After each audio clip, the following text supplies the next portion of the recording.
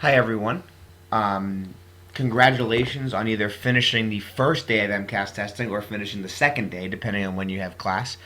Today we're going to have a very kind of low-key environment in class, and really we just want to give you an opportunity to kind of decompress after MCAS, and we're going to let you decide the pace of what your lesson is going to look like today. I'm going to briefly review the lesson that we did on Wednesday about integrating research into our work so that it kind of makes sense and fits with what we're doing. And then the remainder of the period after you watch the video, you will have time to just work. If you would like to listen to music, you are more than welcome to, as long as it doesn't distract you.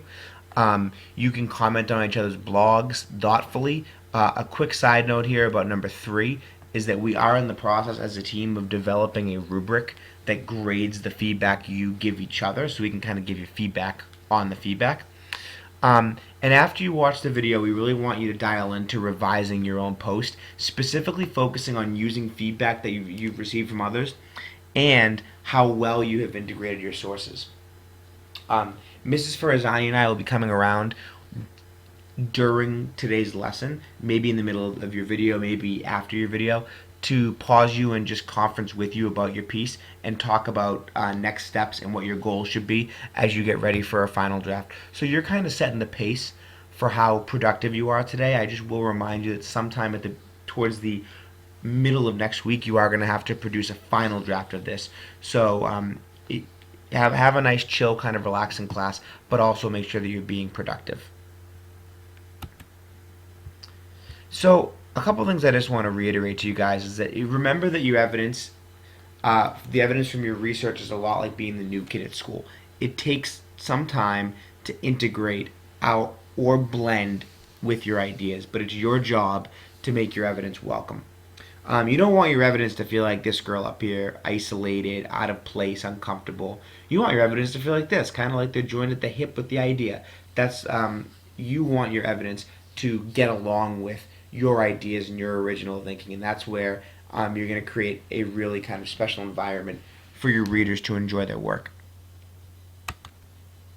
One place where this is done really nicely in the article is these couple uh, paragraphs about the connection between homework and success.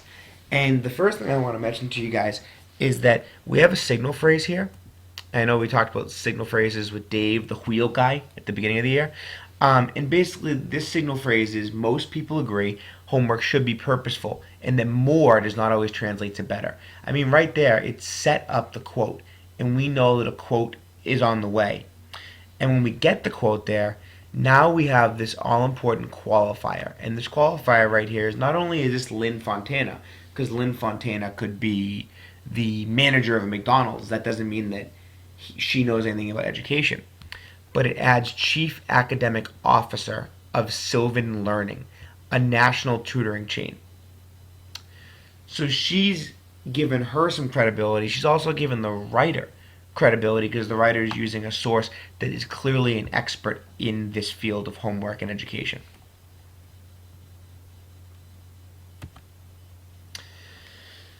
The next one's a great example, and it's from Clintondale High School in the Clintondale Community School District, and it uses flipped learning, which helps students make strides in homework. The district has 75% of its students receiving free or reduced price lunch. Right there in that green area, we really have a nice summary going on up here. And this summary kind of just explains what's happening in a very clear way. A lot of you have been quoting stuff like this. I would caution you against that. I don't think you necessarily have to quote something like that. So this in this place, the author's trying to do that, and then it sets up the signal phrase, where it says in blue here, and 3 years ago the school began transitioning to a flip model. So this signal phrase sets up this idea of what is going on with the flip model. And the quote is a great quote, it fits perfectly, but the arrow here goes to show you the more important part here is the follow-up after the quote, and that's where the quote gets kind of explained.